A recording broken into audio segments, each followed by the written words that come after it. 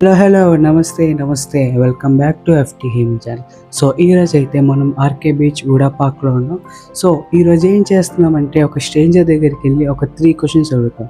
First అతని name, second, third ఏంటో video చూసి తెలుసుకోండి. అంతవరకు లైక్, షేర్, సబ్స్క్రైబ్.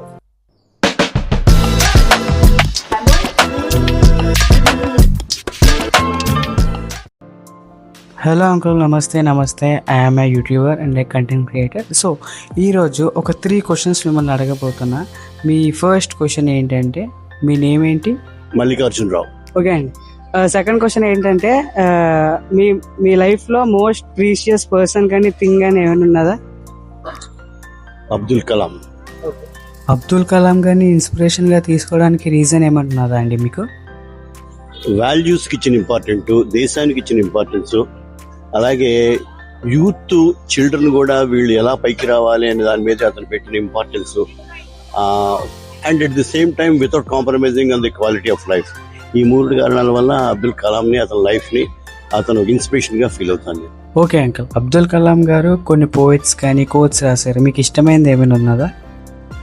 అంటే స్ట్రైట్గా అంటే వెంటనే చెప్పలేను కానీ, బట్ అంటే యూత్కి ఆయన ఇచ్చే ఒక ఆదర్శమైనటువంటి జీవితం, అంటే ఒక మోడల్గా ఆయన నిలిచిన విధానం, అంటే ప్రతి మాట ఆయన కోట్లాగానే ఉంటుంది. అది ఆయన లైఫ్ మొత్తం కూడా కోట్లాగానే నడిచారు ఆయన.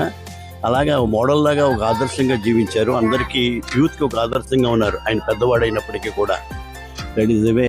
అవునండి, అతను చాలా చేశారు సొసైటీకి. లేదంటే కొత్త లాస్ తీసుకొచ్చి మొత్తం అందరికీ. ఇంకా ఆయన ప్రెసిడెంట్ అయినా కూడా ఆయన సింపుల్గా రెండో మూడో డ్రెస్సులు మాత్రమే, ఒక ట్రంక్ పెట్టెలో పుస్తకాలు, అంత సింపుల్ లైఫ్ లీడ్ చేసిన, అంత అత్యున్నత పదవిని అధిరోహించినటువంటి భారతదేశ వ్యక్తి మరొకళ్ళు మనకి తారసపడరు. అందుకని ఆయన్ని మనం యూత్ ఆదర్శంగా తీసుకోవాలి. అవునండి, అతను చాలా చేశారు సొసైటీకి, పీపుల్కి. కానీ వాటిల్లో మీకు నచ్చిన, ఇష్టమైన, అంటే అది చాలా మంచిది అని ఏమైనా ఒక ఎగ్జాంపుల్ ఇవ్వగలరా మాకు? అంటే ఒక చిన్న పిల్ల లెటర్ రాస్తే ట్రైన్స్లో టాయిలెట్స్ని మిస్యూజ్ చేయడం అప్పుడున్న సిస్టంలో టాయిలెట్స్ని యూజ్ చేసినప్పుడు స్ట్రైట్గా ట్రాక్స్ మీద పడిపోతుండేది. అంటే హ్యూమన్ స్టూల్ కానీ, లేకపోతే యూజ్ చేసిన వాటర్ కానీ, ఇట్లాంటివన్నీ.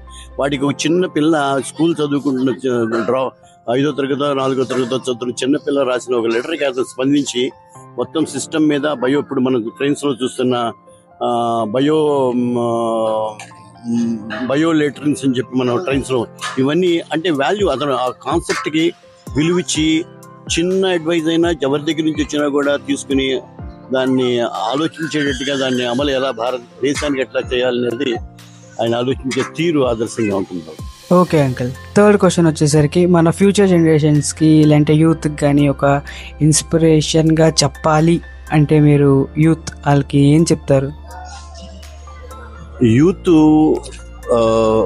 యువత ఏ దేశానికైనా, ప్రపంచానికి ఎవరికైనా కూడా యువతే ఫ్యూచర్. ప్రపంచానికి యూతే వాళ్ళు వాట్ ఈజ్ వరల్డ్ అని నిర్ణయించేది యూతే. వాళ్ళు వాల్యూస్లో, విలువల్లో కాంప్రమైజ్ కాకుండా ఉండాలి.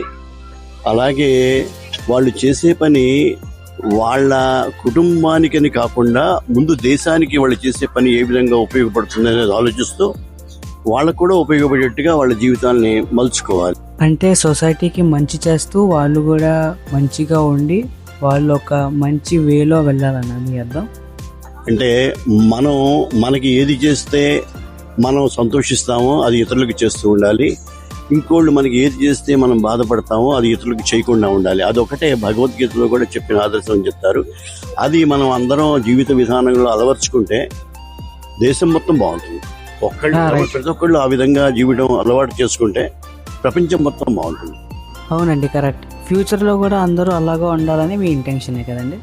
Thank you very much. మాది యూట్యూబ్లో ఉంటుంది, ఎఫ్టీ హేమంత్ అని. హేమంత్ అది చెప్తాను, ఒకసారి చూడండి. Okay thank you. ఈ వీడియో స్టార్టింగ్లో చూసి మీకు డౌట్ వచ్చిండొచ్చు, అదేంటి అంకుల్ దగ్గరికి వెళ్ళి వెంటనే అంకుల్ ఇలా యూట్యూబర్ని ఇలా 3 క్వశ్చన్స్ అడుగుతారో చెప్తారా అంటే అనేసారి ఎలా అని. ఈ వీడియో స్టార్ట్ చేయకముందు అంకుల్ దగ్గరికి వెళ్ళి పర్మిషన్ అడిగి, అంకుల్ ఇలాగా వీడియో తీయచ్చా మీకు, ఇలాగ యూట్యూబ్లో పెడతాం అది ఇది అంటే అంకుల్ యాక్సెప్ట్ చేసాక అప్పుడు వీడియో తీసి రికార్డ్ చేయడం స్టార్ట్ చేశా. కొన్ని మంది ఉంటారండి వీడు ఇదిగా అనుకొని